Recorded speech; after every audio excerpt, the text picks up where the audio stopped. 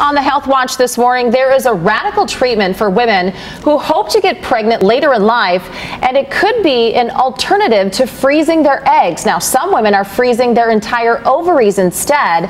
It's a treatment once used only in cancer patients. Well, joining me this morning is Dr. Mike Trolice with Fertility Care in Winter Park. This is really interesting. So how do you take an entire ovary instead of just the egg, and why are we doing this? Well, this is really exciting, Luann.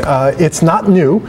We've known for about 10 years now that we can start doing this type of ovarian freezing, and what it's meant for are cancer patients.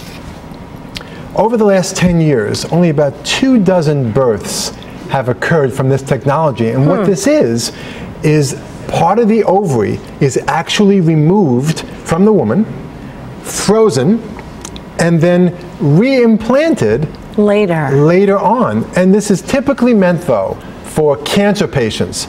This is not indicated for elective freezing for women to delay their fertility. And we have to also be aware that the American Society of Reproductive Medicine considers this an experimental procedure. So this is not an elective procedure. Studies still need to be done. Rigorous trials need to be demonstrating the medical evidence of its efficacy and safety, okay?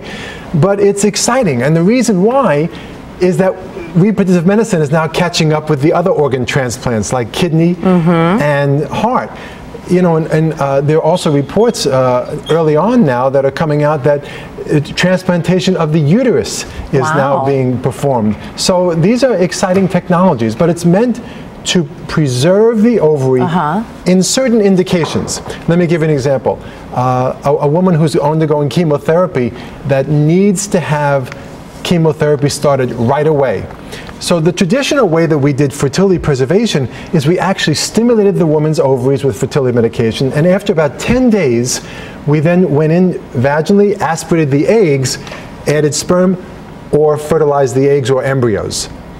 But if they need it right away, what we need to do, we can go in and freeze part of the ovary, and then transplant that back into the near the ovary when she's ready. Yeah, you say this is experimental, so what are the pros and cons to this elective surgery?